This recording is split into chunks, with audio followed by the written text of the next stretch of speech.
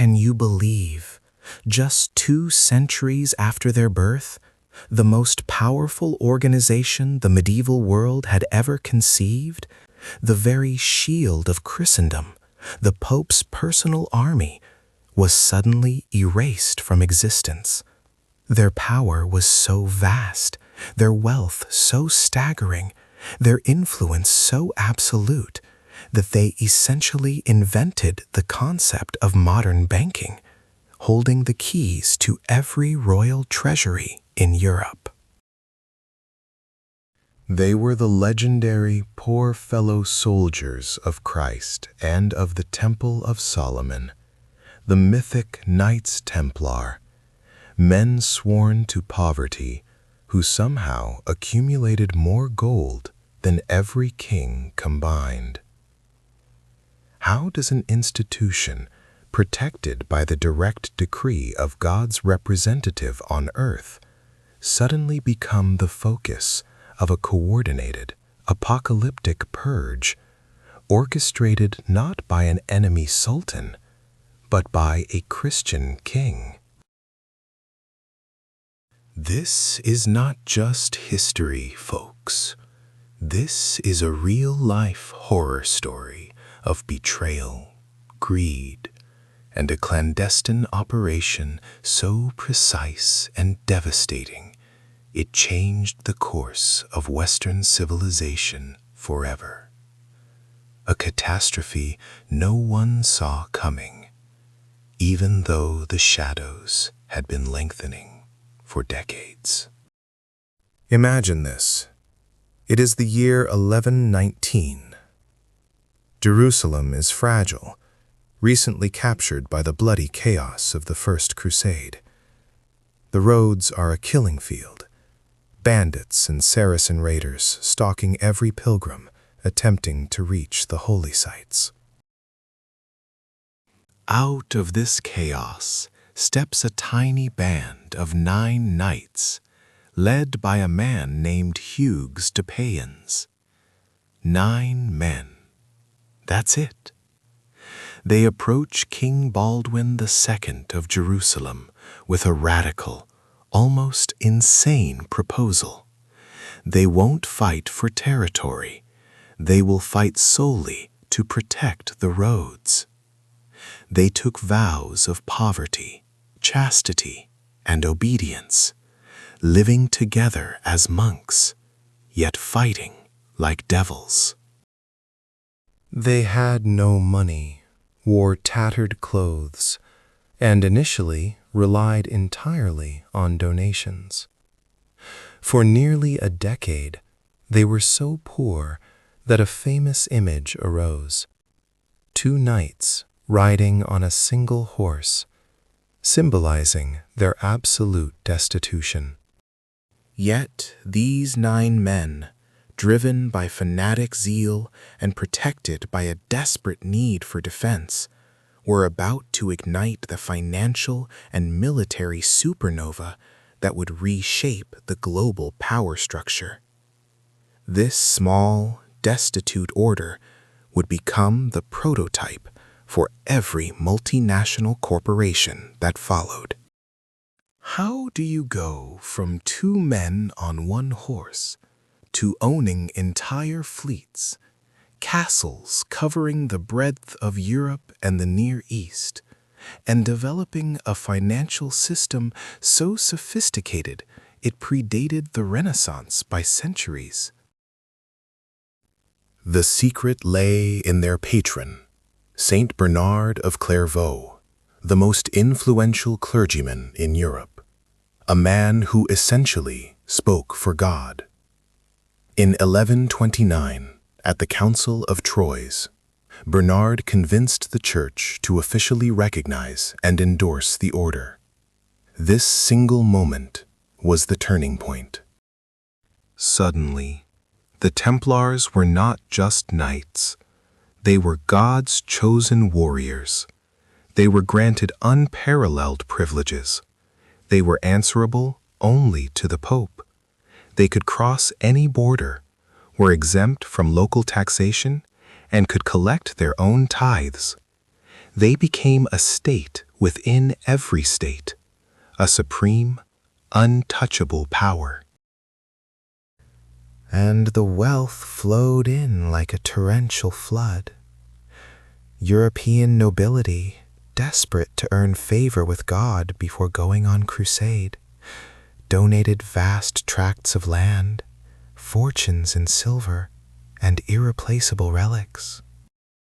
This required management, and the Templars were brilliant managers.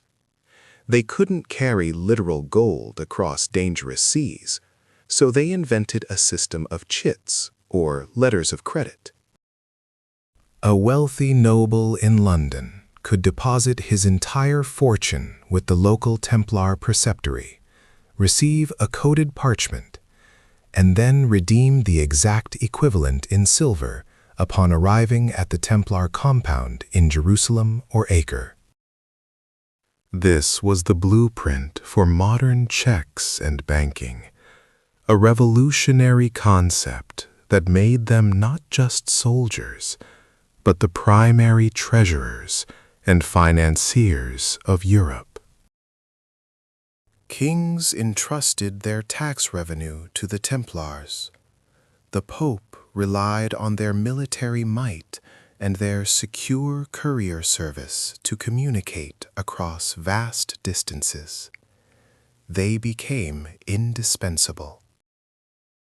But as the gold accumulated, so did the whispers.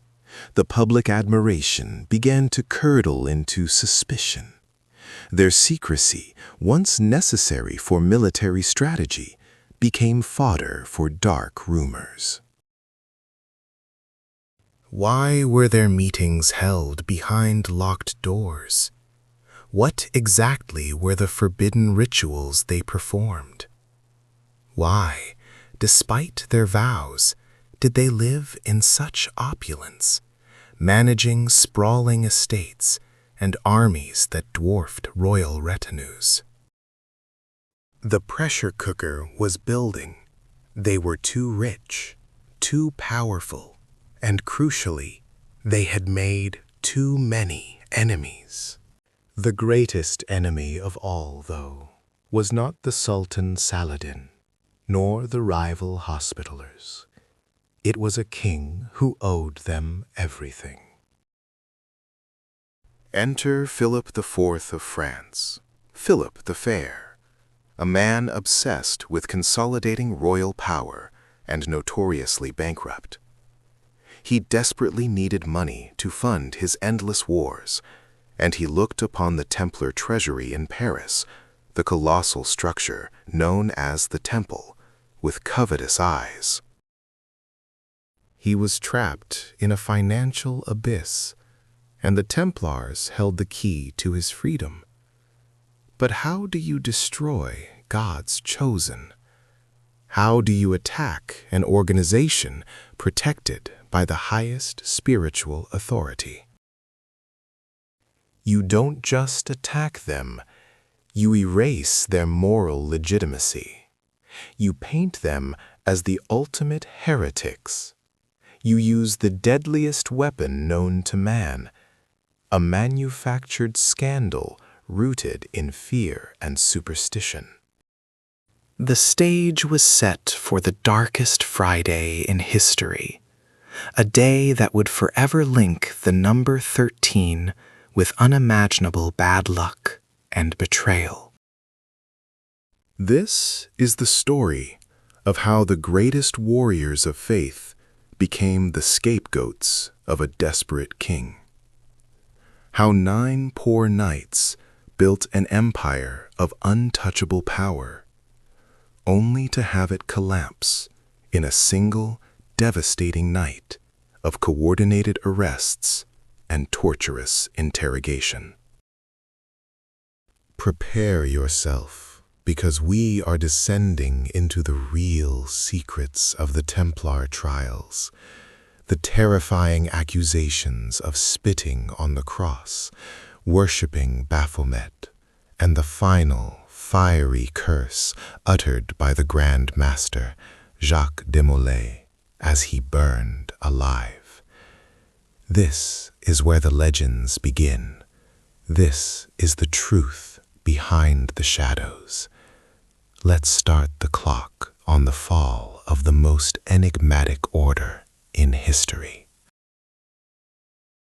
We must pull back the curtain, away from the smoke and flames of 1314, and peer instead into the harsh, desolate dust of 1118. 9 men. That's all it took.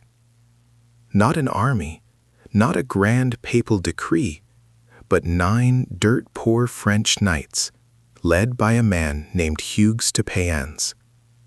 They rode into Jerusalem with nothing but tattered surcoats and a vow of poverty that was almost painfully true. They called themselves the poor fellow soldiers of Christ and of the Temple of Solomon. Their stated objective was almost insultingly simple: protect the roads leading to the Holy Land, ensuring the European pilgrims weren't butchered by bandits and brigands before they reached the sacred sites. This was a job nobody wanted. It was dangerous, thankless, and militarily insignificant. Yet this tiny, obscure band was about to change the financial, spiritual, and military architecture of the entire Western world. Where did these 9 shadows set up shop? The most sacred, the most explosive piece of real estate on the planet: the Temple Mount. King Baldwin II of Jerusalem, seeing them as a noble but minor security detail, gave them a wing of his royal palace, which conveniently stood right on top of the ancient foundations of Solomon's temple itself. For 9 long years, from 1118 to 1127, these 9 original knights did virtually nothing visible to the outside world. They didn't recruit, they didn't expand their patrols, they just lived in the ruins, silent, secretive, and, crucially, digging. Historians struggle to explain this dark, mysterious period. Were they just praying? Were they planning logistics for future expansion? Or were they excavating the foundation stones of the holiest site known to Judaism, Christianity, and Islam? Legend, which often holds infinitely more truth than timid history dares admit, screams one powerful answer. They were looking for something. They were searching for the Ark of the Covenant, the Holy Grail, or perhaps something far more dangerous: knowledge that would rewrite Christianity itself and give them unimaginable leverage. Then, in 1128, the switch flipped with the force of an earthquake. The world's most influential theologian, Bernard of Clairvaux, a man who held the spiritual keys to Europe and was the voice of the papacy, suddenly became their personal, fanatical advocate. Bernard, the architect of the powerful Cistercian order, wrote in praise of the new knighthood, giving the Templars immediate, divine sanction, and calling them God's own executioners, men who would kill without sin. This was an endorsement equivalent to a $1 billion seed investment, backed by a direct decree from the Almighty. The Pope, Honorius II, quickly followed suit, granting them a radical new set of rules at the Council of Troyes. The Templars were removed from the authority of any local bishop or king. They answered only to the pontiff himself. They could pass freely through any border, collect vast taxes, and, most crucially, they were allowed to wear the iconic white mantle emblazoned with the blood-red cross, a symbol that soon commanded more fear and more loyalty than any royal crest across 3 continents. The floodgates of wealth opened instantly. Donations poured in from every nobleman seeking spiritual insurance and guaranteed passage into heaven. Land, castles, gold, and silver flowed eastward, rapidly transforming the poor knights into the richest, most independent financial power the world had ever known. But the Templars didn't just hoard wealth, they strategically weaponized it. They realized that crusaders and rich pilgrims needed a safe way to move vast sums of money from the safe havens of Paris or London to the dangerous, bandit-ridden ports of the Levant without being robbed or murdered on the perilous, month-long journey. This necessity immediately birthed the first modern, complex banking system. A nobleman could deposit his entire fortune in a Templar preceptory in London, receive a coded, signed receipt, the earliest form of a universally accepted check, or polizza, and redeem the exact value, minus a small transactional fee, at a Templar outpost near the Holy Land. They had completely eliminated the risk of cash transport across entire empires.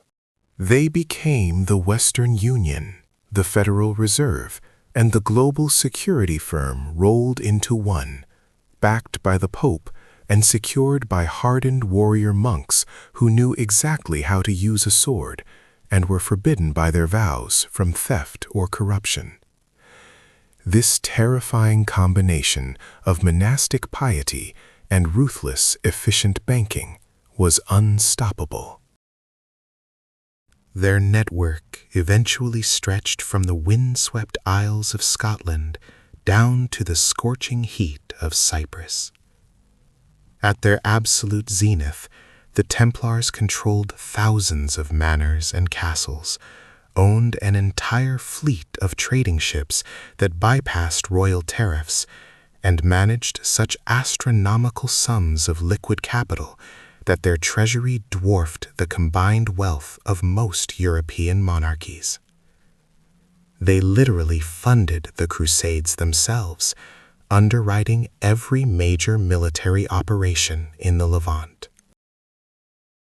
They financed royal wars.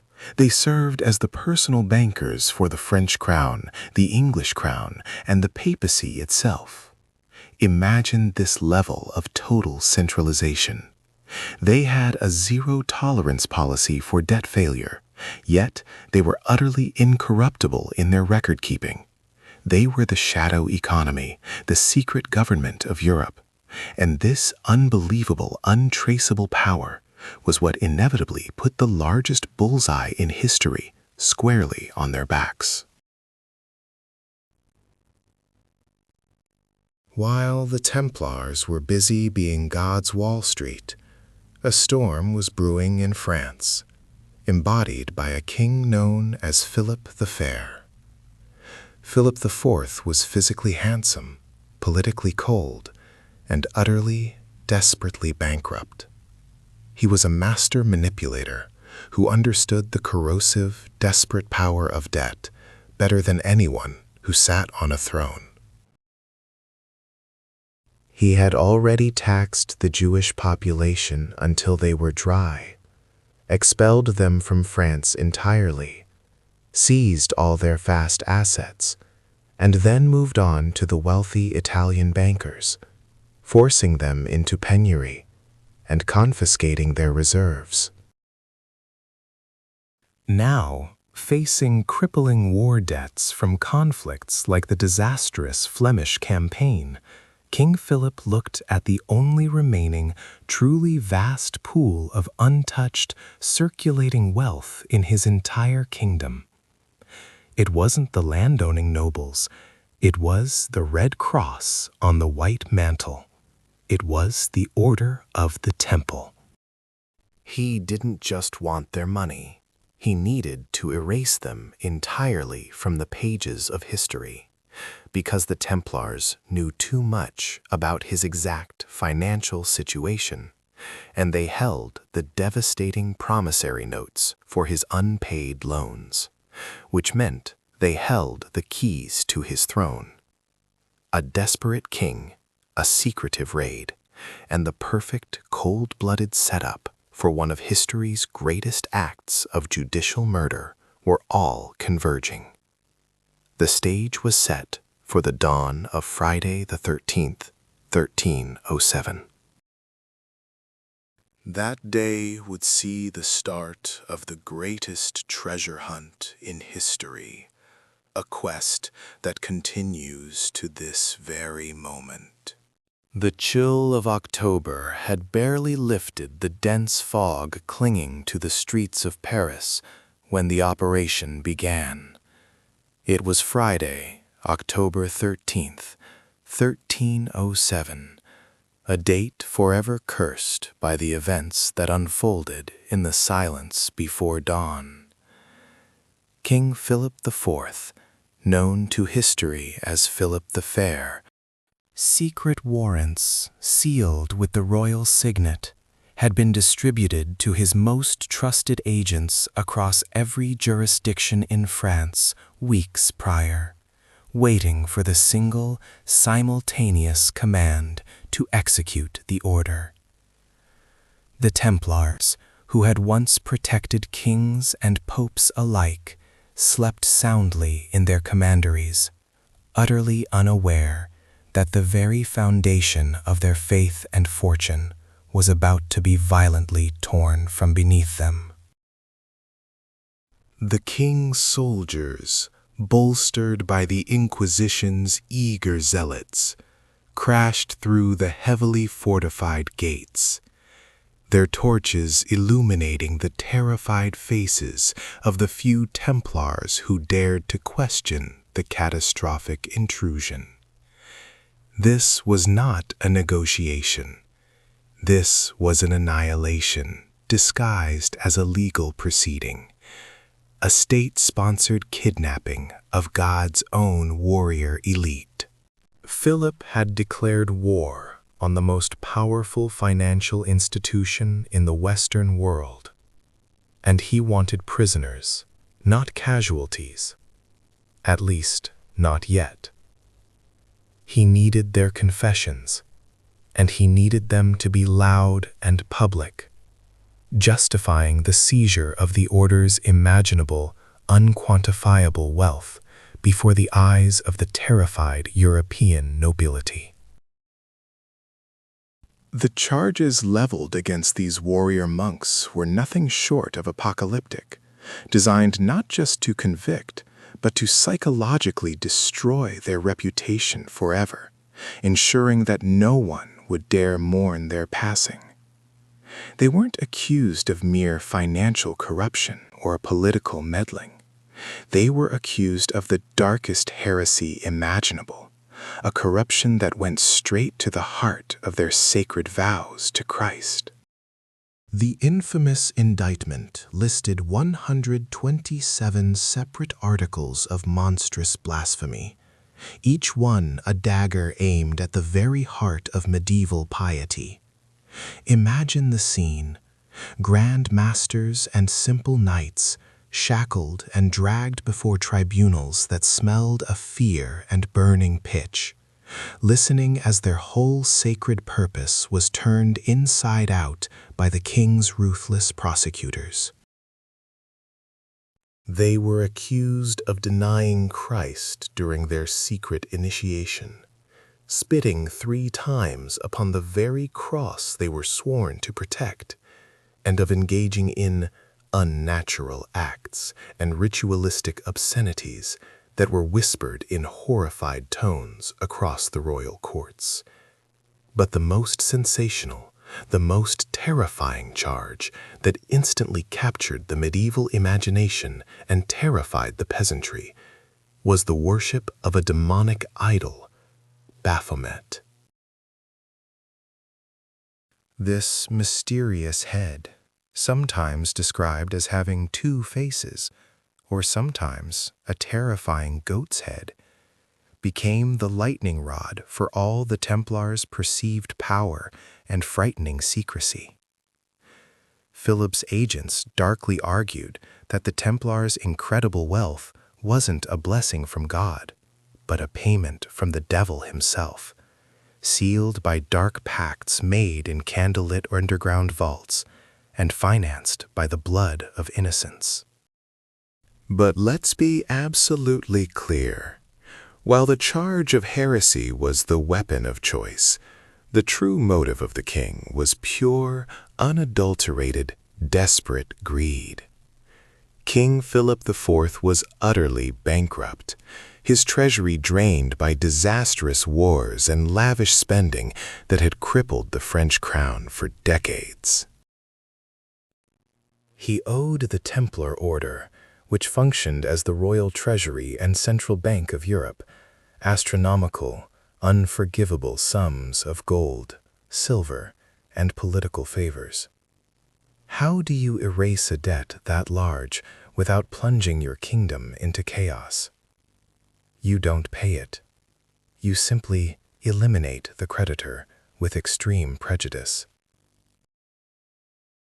Philip had previously tried taxing the clergy and persecuting the Jews and the Lombard bankers, seizing their assets in a temporary fix, but none of those actions yielded the kind of legendary treasure stored within the sprawling temple compound in Paris, the true financial heart of the global Templar Empire. He had manipulated the election of the weak-willed Pope Clement V, successfully maneuvering the papacy itself from Rome to Avignon, effectively turning the Vicar of Christ into his personal, trembling political pawn, terrified of the king's brutal ambition.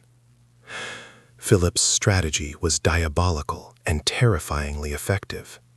Use the moral authority of the Church, via the Inquisition, to destroy the Church's protectors, thereby seizing their assets and eliminating his debt in one single catastrophic stroke. This wasn't just treason against the order. This was a complete hijacking of the divine order of medieval Europe. The arrests were successful, widespread, and terrifying in their scope. But the legal case itself was dangerously flimsy without proof. Philip needed confessions, swift, undeniable, public confessions to justify the theft. And in the early 14th century, there was only one foolproof way to guarantee a confession, regardless of its underlying truth. The dungeons of the temple compound, which had once secured the wealth of nations, now became chambers of agonizing, unimaginable horror, designed to break the will. The king's men, following the cruel, meticulous protocols of the Dominican inquisitors, applied the torture wheel, the rack, and the horrifying slow roasting of feet over open flames, the dreaded estrapade, which ripped muscles from bone. Many of the hardened warrior monks held strong for a day, perhaps two, clinging to their sacred vows of innocence and desperately demanding to be brought before the Pope, the only authority they recognized as legitimate.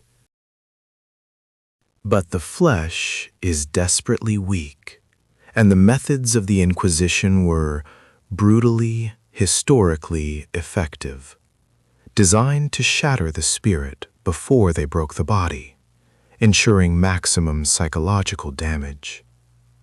Within weeks, the forced confessions started pouring in like a gruesome, bloody tide across France. Knights confessed to kissing their superiors' navels, engaging in vile sodomy, and repeatedly denying Christ. They would confess to anything to stop the excruciating, all-consuming pain that devoured their limbs and sanity. Even Jacques de Molay, the revered Grand Master himself, broken under extreme duress, offered a partial, carefully worded confession. He claimed that some of the order's secret initiation rites, when stripped of their spiritual and esoteric context, could sound dangerously heretical, a fatal, agonizing error of judgment that Philip would immediately amplify and weaponize to destroy the global reputation of the order. The public relations war was won the moment the first confession was extracted under torture. Yet, despite the systematic rounding up of nearly every known Templar in France, despite the meticulous, statewide accounting of every property seized, something was terribly, fundamentally wrong with Philip's victory. Where was the legendary, promised treasure?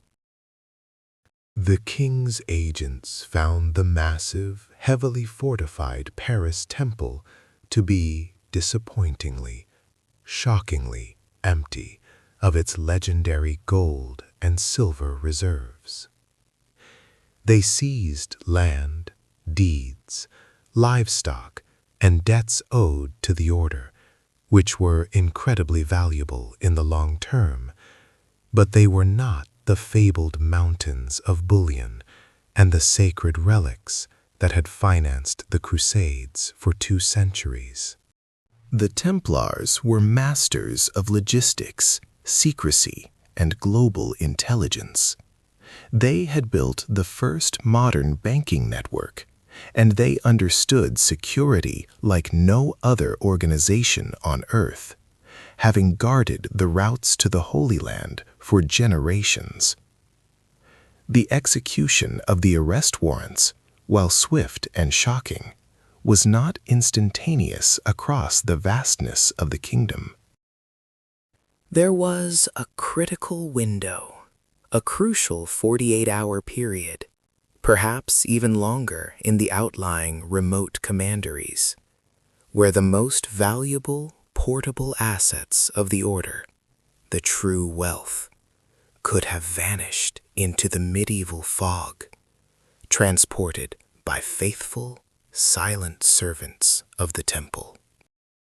Whispers immediately began to circulate, fueling the fear and excitement of treasure hunters for centuries to come. A fleet of 18 ships docked at La Rochelle, loaded to the gunwales with crates and mysterious passengers, had set sail just moments before the warrants were executed, heading straight out into the dark, unforgiving Atlantic, and disappearing completely from the historical record.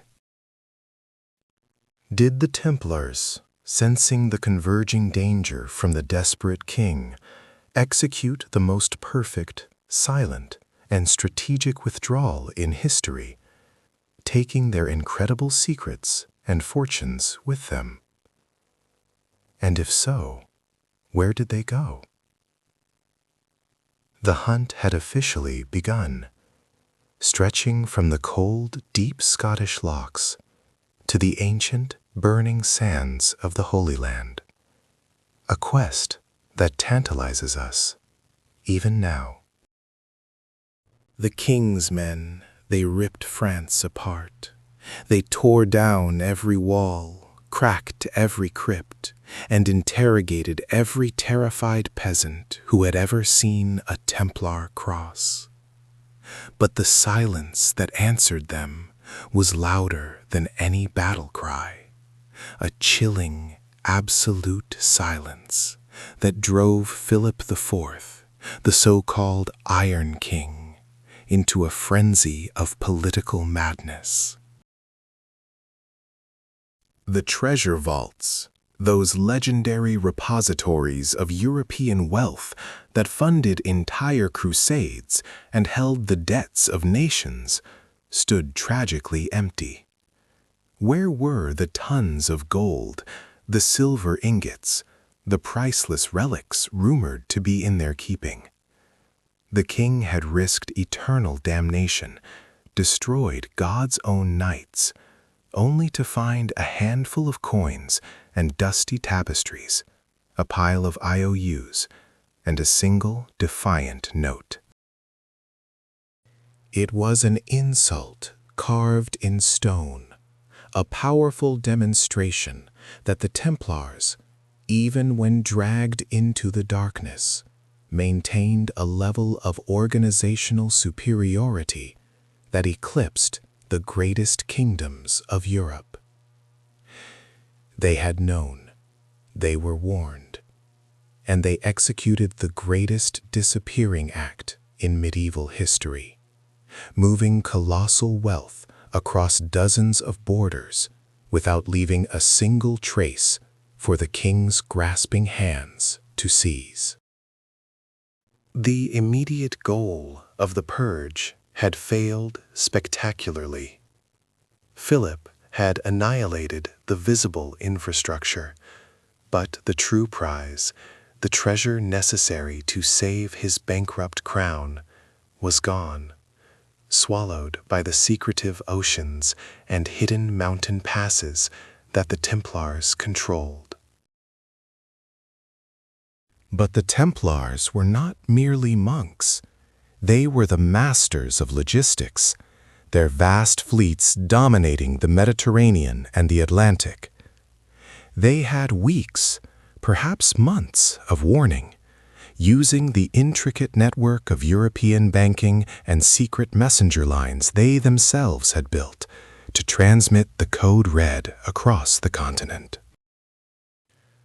Whispers began immediately, shifting like smoke across the choppy waters of the English Channel. It was said that the grand fleet of 18 Templar ships anchored at La Rochelle, the true naval power of the order, simply vanished into the deep fog the night before the arrests, carrying the true wealth and the true high command away from French shores forever.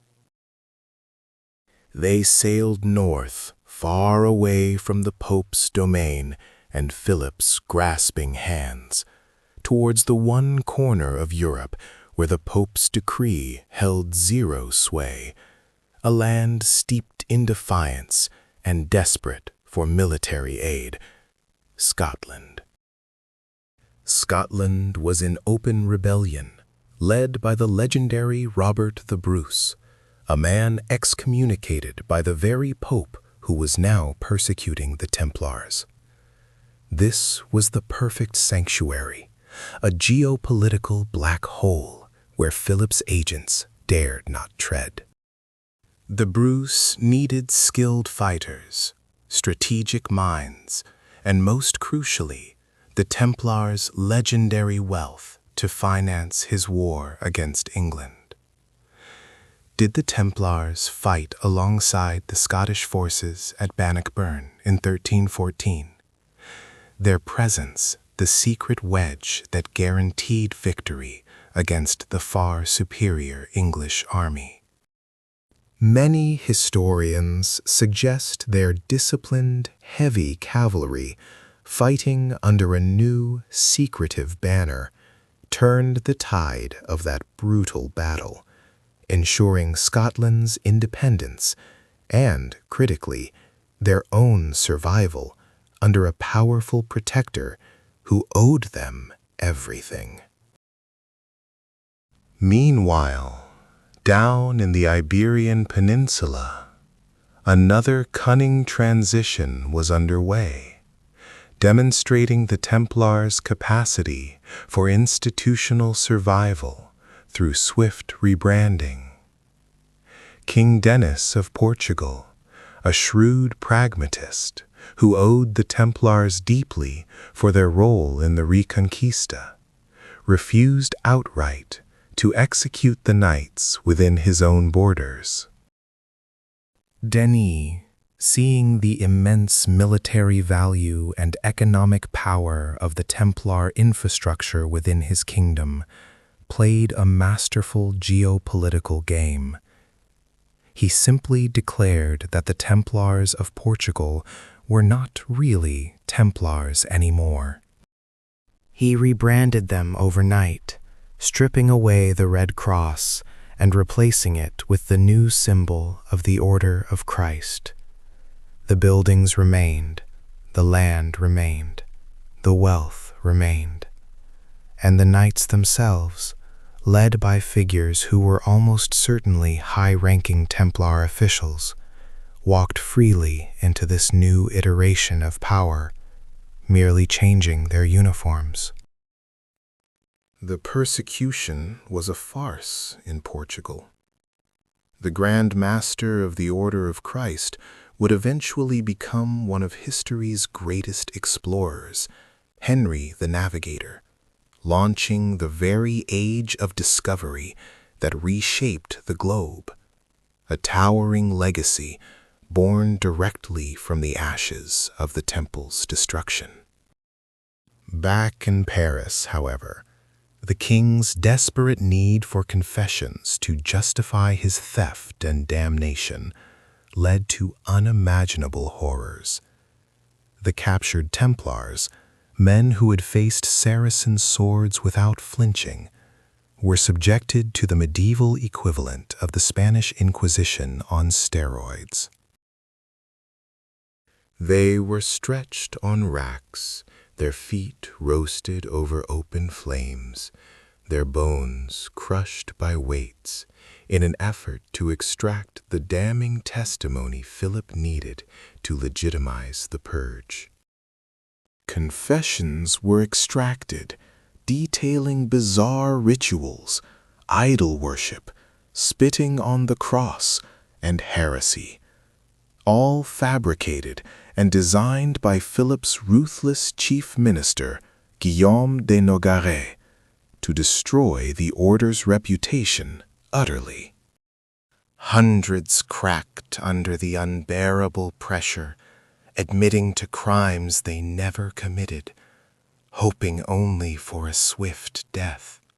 But Jacques de Molay, the last true Grand Master, stood firm for a time, then made a horrific mistake under torture, offering a false confession, only to retract it later, throwing the entire legal process into immediate, chaotic jeopardy. De Molay's final, monumental act of defiance was to stand before the assembled crowd and state unequivocally that the order was innocent, that his previous confession was born solely of agonizing torment. And he sealed his fate the moment the words left his lips. Philip could not, dared not, allow this retraction to stand. On March 18, 1314, de Molay and Geoffroy de Charnay, the preceptor of Normandy, were led to a small island in the Seine, directly under the silent, judging gaze of Notre Dame. The execution was slow, torturous, designed to be a spectacle that terrified all of Europe into silence. But as the flames licked around his body, Jacques de Molay did not scream in pain. He screamed a curse, a prophecy so potent it echoes through history. He called out to God, condemning the Pope and the King who had betrayed the Templars for their greed. He summoned Pope Clement V and King Philip IV to meet him before the judgment seat of God within a year, dragging them into the eternal fire with him. It was pure, distilled drama, a final, horrifying act of resistance. And terrifyingly, the prophecy came true. Pope Clement V died exactly 1 month later, ravaged by a sudden, consuming illness. King Philip IV, the Iron King, followed him to the grave before the year was out, dying mysteriously from a stroke while hunting in the forest, his line cursed and his legacy in ruins. The entire world was stunned. The curse of the dying Grand Master, the martyr of the temple, had struck down the two most powerful men in Christendom, proving that the Templars' reach extended far beyond the visible world. The institution was gone, but the spirit, the wealth, and the secret knowledge had simply gone underground, morphing into new forms in Scotland and Portugal, waiting for the right moment to strike again from the shadows of history and reclaim their mantle of hidden power. The flames licked higher, illuminating the pale, haunted face of Jacques de Molay, the last Grand Master, tied to the pyre on the Isle aux Juifs. But his agony was not merely physical. It was the agony of seeing a sacred 200-year legacy reduced to ash by the greed of a desperate king and a spineless pope. As the smoke choked the life from him, he did not beg for mercy. He spat a curse, a terrifying, earth-shattering malediction aimed directly at the thrones of Christendom. Within a year, I summon you both, Philip and Clement, to appear before the tribunal of God. He shrieked this oath, a dramatic statement that echoed across the Seine, sealing the fate of the two most powerful men in Europe. This was not the quiet death of a martyr. This was the final, defiant declaration of war by the ultimate secret society, a society that might be destroyed, but whose spirit, and far more importantly, whose unimaginable wealth, had already vanished into the shadows. King Philip IV, Philip the Fair, believed he had won. He had executed the leadership, seized the temple in Paris, and declared the mighty Templars dissolved forever. He had played the political game perfectly, manipulating the weak-willed Pope Clement V into issuing the bull Vox in Excelso. But when his men finally breached the deepest vaults, expecting mountains of shimmering gold, the truth hit him like a frozen dagger to the heart. The chambers were absolutely, maddeningly empty. Empty. The greatest banking institution the world had ever known. An organization that controlled the very flow of global commerce and held the treasuries of half of Europe, had liquidated its assets and disappeared without a trace.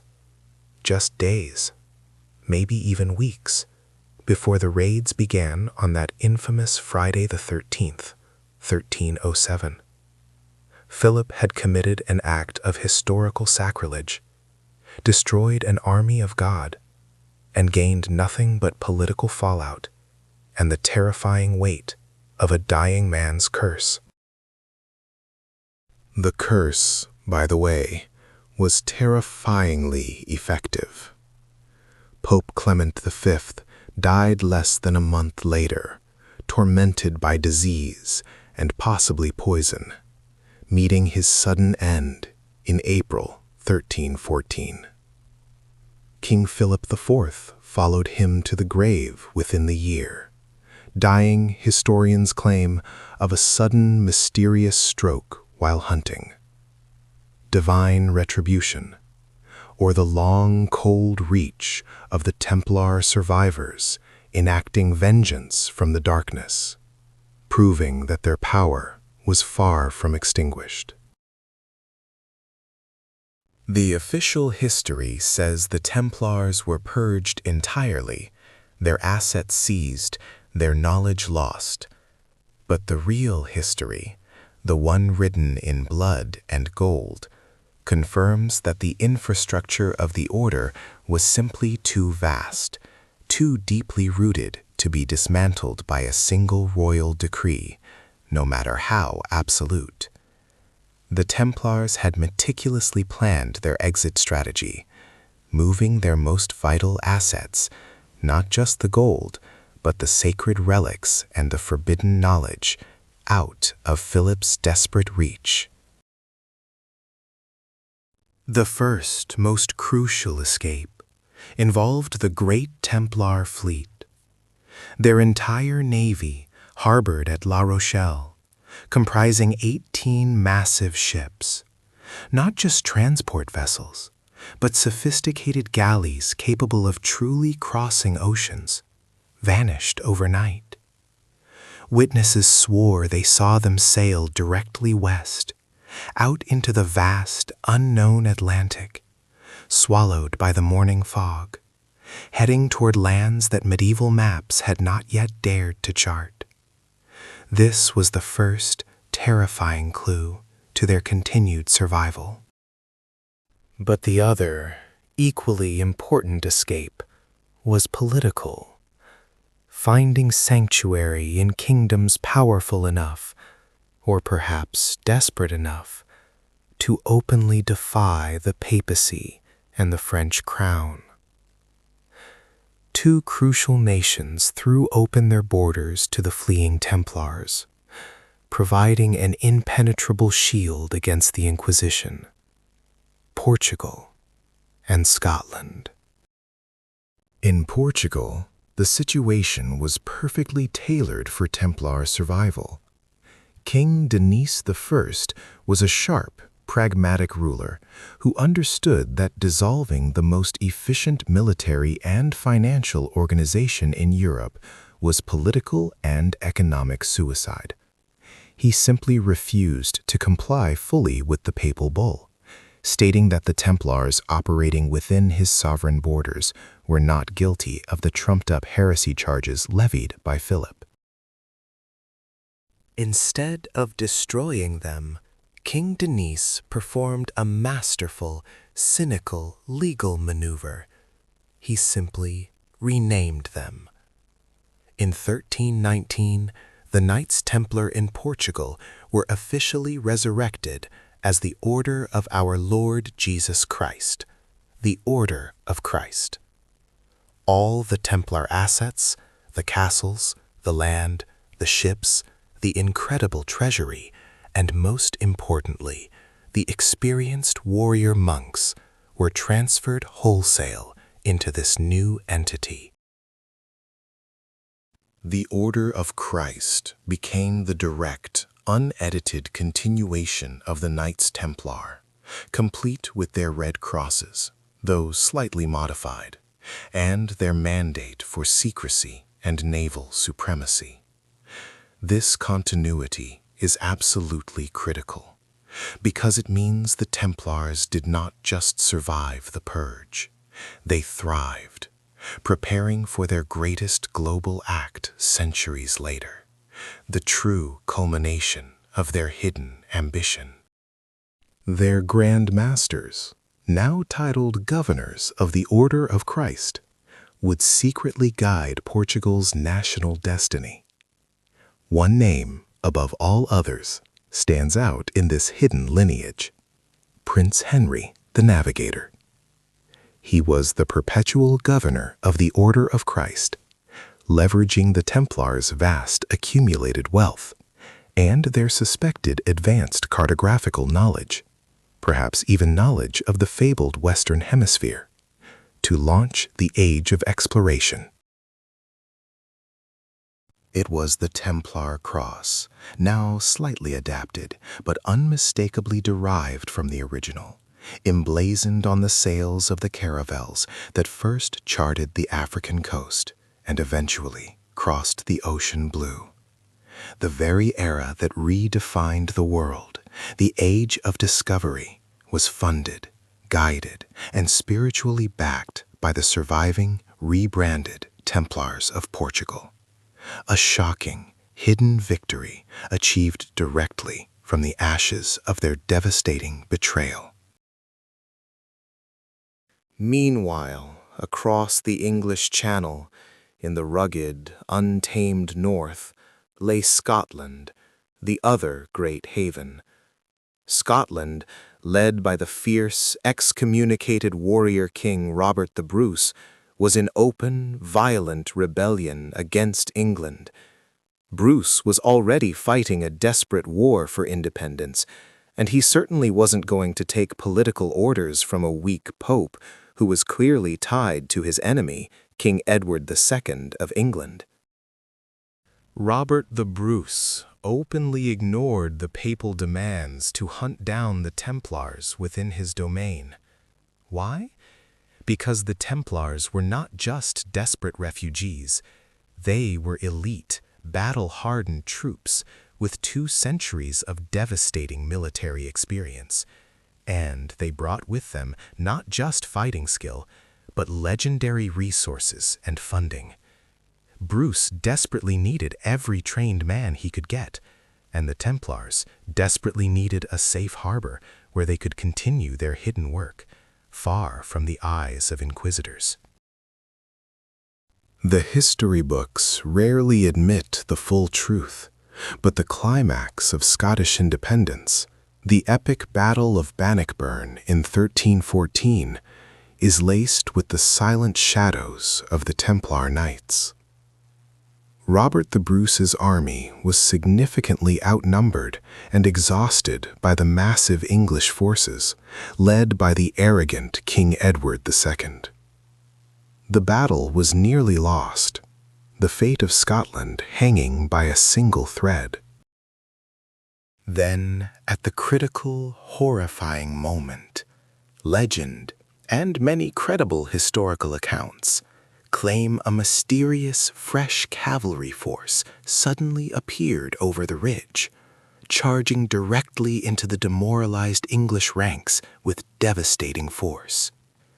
These knights, clad in heavy armor, bearing no recognizable banners or royal standards, shattered the English formation, turning a near defeat into a decisive, miraculous Scottish victory, securing the nation's independence. Who were these ghost riders? The Templars, hiding in plain sight, fulfilling their debt and ensuring the survival of their sanctuary. They traded military service for political protection, solidifying their deep roots in Scottish soil, roots that would later blossom into influential lineages and powerful, secret Masonic lodges, keeping the flame of their forbidden heritage burning brightly, waiting for the moment when they could finally move from the shadows of history and reclaim their mantle of hidden global power. They had survived the fire. They had escaped the king's grasp, and now they were poised to redefine the world map, proving that you can destroy the organization, but you can never truly destroy the power that controls the secrets of the universe. The true treasure was safe, hidden deep, awaiting the call to redefine civilization. The power was safe, hidden deep, awaiting the call to redefine civilization. But the men who guarded that power were now living on borrowed time. They had perfected the art of warfare and the science of banking, yet they utterly failed to master the delicate, brutal art of political survival against a desperate, bankrupt predator. The Knights Templar, who had begun as 9 poor men, now held the deeds to empires and the humiliating IOUs of every major sovereign in Europe, a situation that no mortal ruler could tolerate forever without breaking. And no man felt the crushing weight of that servitude more acutely, more dangerously, than Philip IV of France, Philip le Bel, Philip the Fair, a king whose handsome, regal exterior masked a soul consumed by debt and ruthless calculation. He was utterly ruined, his coffers empty, his wars unfunded, and the mighty fortress of the Temple in Paris, the organization's European headquarters, held the literal keys to his entire kingdom and the records of his crushing failures. Philip had already demonstrated his capacity for cold, calculated destruction just 1 year prior, having seized the wealth of the Jewish community in 1306 and expelled them from France, proving he would sacrifice any group for quick capital. But the Templars were a far greater prize, a global, spiritual state within his state, a challenge so audacious it would either elevate him to mythic status or condemn him to eternal damnation as a destroyer of the Church's army. He needed more than a simple legal complaint. He needed a cosmic betrayal, a weapon capable of twisting reality until the entire Christian world accepted the unthinkable, that God's own knights were Satan's secret minions.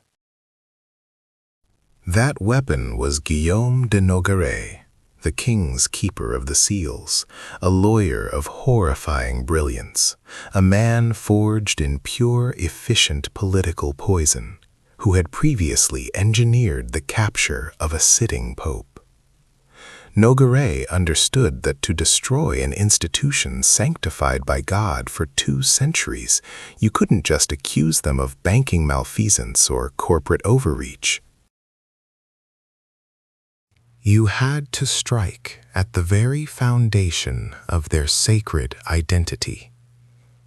The accusation had to be so vile, so repulsive, that it would turn their protectors, the Pope, the clergy, the common people, into their most zealous executioners. The charges that Nogaret meticulously fabricated were a monstrous, impossible tapestry of theological horror. Secret initiation rites involving obscene kisses, specifically on the navel, the spine, and the base of the spine, acts designed to deny the purity of Christ's suffering, denying Christ and spitting upon the Holy Cross, the very symbol they swore to defend in battle. And the most shocking, the most potent charge of all, the worship of a demonic idol known only by the cryptic, terrifying name, Baphomet, a supposed figure with 2 or 3 faces, or sometimes the head of a goat.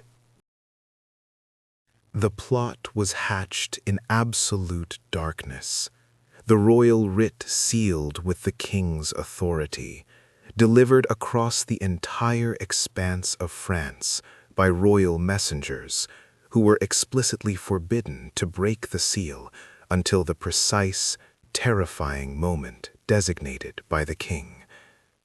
The chosen date was not arbitrary. It was selected for its comprehensive surprise and psychological impact, a day now legendary for ill omen. Friday, October 13th, 1307. In a synchronized movement across the nation, faster than any modern communication system could manage, the king's men descended upon every known Templar commandery at dawn. The surprise was absolute. These warrior monks, who had faced down Saladin's legions and controlled the flow of currency across continents, were caught sleeping, stripped of their ceremonial armor, and dragged into dungeons built by the same royal power they had sustained for decades. The immediate, desperate goal was simple: seize the riches. Philip was certain that the treasure vaults beneath the temple in Paris, the administrative heart of their empire, would overflow with the silver and gold necessary to erase his debt and fund his crumbling regime. But here, the first shattering tremor of failure struck the king's audacious plot. The royal officials searched every corner, every hidden room, every vault. They found only operational funds, basic supplies, and meticulous, empty ledger books. The unimaginable wealth, the billions in today's currency, the secret documents, the vast reserves of gold, the sacred relics of the Crusades, it was all gone. It vanished completely, spirited away as if swallowed by the very earth upon which the temple stood. This was the moment Philip realized he had captured the body of the order, but the immense financial heart, the true soul of the organization, had slipped through his desperate, greedy fingers just hours before the dawn raid. Leading the captured was Jacques de Molay, the last Grand Master, a man now in his 60s, hauled from his bed and instantly thrown into the king's terrible custody. The interrogation that followed was not a search for justice. It was a factory of forced confessions, a process designed solely to manufacture the legal grounds for their destruction. The medieval legal system relied upon the question, the relentless application of extreme torture to extract whatever narrative the king needed to justify his actions. The rack, the strappado, the slow-burning fire applied directly to the soles of the feet. These tools were used systematically to break the iron will of the warrior monks.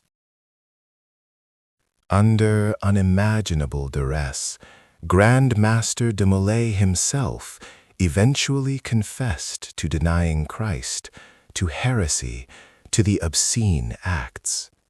He signed the documents that damned his entire order, sealing their fate under the weight of his own physical pain. The king had his evidence, manufactured by agony, and Europe was aghast, yet the legal mechanism of destruction was now irrevocably set in motion. But the king's victory was still incomplete without the Church's formal sanction. The Templars were not servants of France. They were direct servants of the Pope, protected by the highest papal authority. Philip needed the Vatican's blessing to make the purge legitimate across all of Christendom, not just in his own kingdom. Pope Clement V, installed in Avignon under the heavy, intimidating shadow of French military power, found himself in the most terrifying predicament in papal history. He was trapped, fearing for his own life and authority, yet bound by duty to protect the military arm of the Crusades. He initially pushed back, demanding the Templars be tried solely by the Church. But Philip's threats were chillingly tangible, his power immense, his control over the papacy absolute. The public spectacle of the confessions, even though tainted by blood and fire, forced Clement's trembling hand. The king had used the Inquisition, an instrument of the Church itself, against the Church's own sworn defenders. The Pope eventually and reluctantly capitulated, forced by overwhelming political duress to issue the bull Pastoralis Preeminentiae, ordering all Christian rulers across Europe to arrest the Templars immediately. This was the moment of ultimate, existential betrayal. The supreme power that had created them was now tasked with their absolute eradication. The immense lands, the fortresses, the commanderies, they were officially transferred to the control of the rival Hospitallers, ensuring that the Templar wealth remained in ecclesiastical hands, theoretically. But the gold, the real, legendary treasure that Philip coveted, it was still missing. It had vanished into the whispers of history, hidden by the true inheritors of the Templar secret, waiting for the day the flames died down and the world forgot the real cost of corporate liquidation, ordered by a desperate, bankrupt, and utterly ruthless king. The stage was tragically set for the final fiery judgment and the enduring curse. The clock struck midnight on October 12th. Philip's agents moved. The king's dark decree was not delivered by swift riders or royal heralds, but by a network of meticulously selected, utterly loyal agents who had spent weeks infiltrating every corner of the French kingdom. This wasn't just an arrest. It was a military-grade corporate hostile takeover executed under the cover of religious cleansing. The orders were sealed with the king's personal sigil, warning of instant execution for any man who dared open the parchment before the final, fateful hour. The silence of the night was only broken by the creak of saddle leather and the whispered names of God and the devil, a perfect duality for the tragedy about to unfold. When the sun finally dared to rise on Friday, October 13th, 1307, the sheer, unimaginable coordination of the assault became sickeningly clear. From the grand Parisian temple, the undisputed financial epicenter of the known world, to the smallest, most remote commanderies nestled in rural Burgundy, the strike was instantaneous. Knights who had slept soundly on beds of straw or velvet, dreaming of the Holy Land, woke to the sound of crashing doors and the cold steel of the king's men surrounding them. The arrest warrants were not based on evidence, but on a satanic playbook of trumped-up charges designed to make the world recoil in horror. The list of accusations read like the ravings of a madman, yet they carried the weight of the French crown and the dreaded authority of the Papal Inquisition, now chillingly leveraged by Philip. Idolatry, specifically the worship of a mysterious, bearded head known only as Baphomet. Blasphemy, the ritualistic spitting on the Holy Cross during their clandestine induction ceremonies. Sodomy, and the total disregard for the sacraments of the Church. These weren't crimes. They were spiritual poison, designed to turn public opinion against the former heroes of Christendom overnight. The audacity was breathtaking.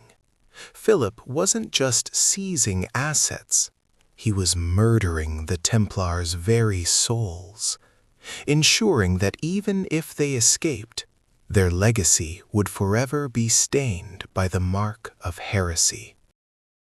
Grand Master Jacques de Molay, the great warrior who had stood before popes and kings, was seized in the heart of his own sanctuary, the temple in Paris. The shock must have been like a physical blow, worse than any Saracen sword strike. He had been a guest of honor at the king's funeral procession just the day before. This wasn't merely betrayal. It was a political assassination wrapped in a velvet cloak of friendship. De Molay, initially steadfast, demanded to know the meaning of this monstrous injustice. But the meaning was simple. Philip IV needed their gold, and de Molay was standing directly in the way of the most desperate financial black hole in European history. The arrests were followed instantly by the horrors of the French dungeons. Forget standard imprisonment. Philip's agents, directed by the king's efficient and ruthless minister, Guillaume de Nogaret, knew time was the enemy. They needed confessions, and they needed them fast. The legal process was ignored. The rights of the accused were non-existent. The only law that mattered was the law of the rack, the fire, and the grave. The Templars were subjected to methods of torture so extreme, so inventive in their cruelty, that even hardened medieval criminals would tremble at the description. Imagine the scene. A knight, perhaps one who had seen 100 battles, now shackled in a dank cell. The interrogators, cold-eyed and driven, didn't ask questions. They made demands. Confess to Baphomet. Confess to the cross-spitting.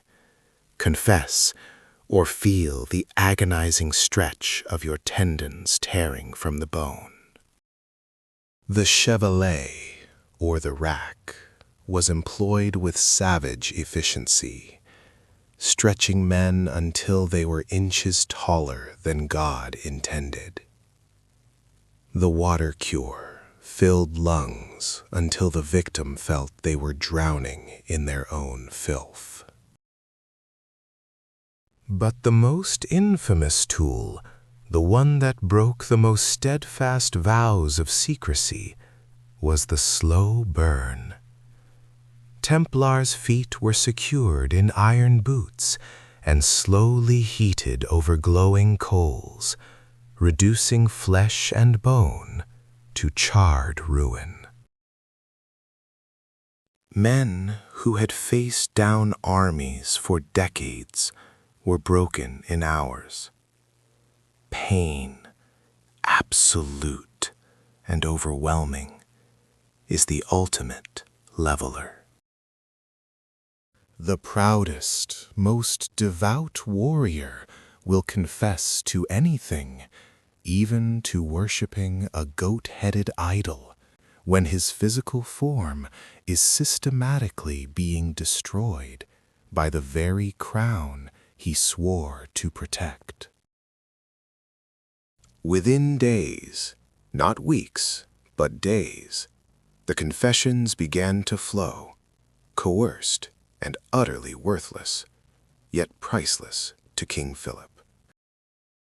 One knight, upon hearing the severity of the charges, confessed that he had been forced to deny Christ and spit on the cross during his initiation, but claimed he was so distraught by the act, he immediately confessed and was absolved by his priest. Another claimed that Baphomet was merely a cat they sometimes worshipped in private, a desperate attempt to rationalize the unbelievable charge of idolatry. But the details didn't matter to Philip. All that mattered was the admission of heresy. These tortured fragments, twisted into definitive proof by de Nogaret's lawyers, were immediately sent out across Europe, sealing the narrative. The Templars were not merely arrested, they were humiliated, defiled, and erased from the moral map of Christendom. They were shown to be a nest of vipers, secretly poisoning the heart of the Christian faith while pretending to protect it. The famine reached catastrophic levels. Men stopped praying for victory and started praying for death, just to end the cold, agonizing emptiness in their stomachs. The princes, starved and furious, began turning on each other, their bitter rivalries boiling over the empty cooking pots. The stage was now set for the next horrifying act, the public trials, the retraction of confessions by the few brave souls who survived the initial torture, and the inevitable, fiery reckoning that would cement Friday the 13th in the collective unconscious as a day of pure, unadulterated dread. The Templars' greatest tragedy was just beginning. The most devastating blow, however, came not from the impenetrable walls of Antioch, but from within the ranks of the supposed leaders. Stephen of Blois, a man who had sworn the most sacred oath to God in Clermont, finally broke. He was a brilliant letter writer, a man of refined tastes, but a spectacular failure as a true warrior. He looked at the endless frozen siege, the dying men, and the insurmountable walls, and his aristocratic resolve finally crumbled into dust and despair. Convinced the entire Christian enterprise was a hopeless catastrophe ordained for destruction, he made the decision that would forever stain his name. He deserted. He packed his bags, took his remaining retinue, and fled back toward the relative safety of Constantinople. His departure was not just the loss of troops. It was a devastating dagger plunged into the heart of morale. It signaled to the entire watching world that the great Christian crusade was failing, and the leaders themselves were abandoning the cause to die in the frozen ditch. This act of calculated cowardice had immediate, terrifying consequences. On his flight, Stephen encountered the massive Sultanic Relief Army, an unprecedented Islamic force led by the legendary commander Kerboga, roaring toward Antioch to wipe the Crusaders off the map. Stephen of Blois, seeing his chance to justify his desertion, lied to Kerboga, claiming the Crusaders were already defeated, decimated, and on the verge of total collapse. This monumental lie bought Kerboga time, making him slow his approach, believing the starving invaders were no longer a threat. It was the greatest military mistake Kerboga would ever make, but at the time, it looked like the final bitter end for the Crusaders. They were caught between the immovable city and the unstoppable Islamic army barreling down on them. But even in this darkest hour, a flicker of wicked, desperate opportunity emerged. The walls of Antioch were strong, yes, but its defense ultimately relied on men. Men who, like the Crusaders, were susceptible to gold and fear and the corrosive power of betrayal. Bohemond, the ultimate pragmatist, understood that a direct assault could not succeed. Only treachery could breach the impregnable city. He began to search methodically for the weakness, the single human flaw in Antioch's mighty armor. And he found him. he found a man named Firuz, an Armenian renegade who had converted to Islam, and now guarded 3 of the colossal towers along the wall. Firuz hated his current masters, the Turkish emir Yagisiyan, and Bohemond discovered that this hatred ran deeper than his current loyalties. The negotiation was swift, silent, and deadly. Gold was exchanged, and a secret, terrifying plan was whispered into the night wind, a guaranteed path to open the gates, not through force, but through calculated, cold-blooded betrayal. The fate of the entire First Crusade, the fate of Jerusalem itself, the fate of a generation of Europeans, now hinged entirely on the greed of one renegade guard and the treacherous, desperate resolve of Bohemond of Toronto.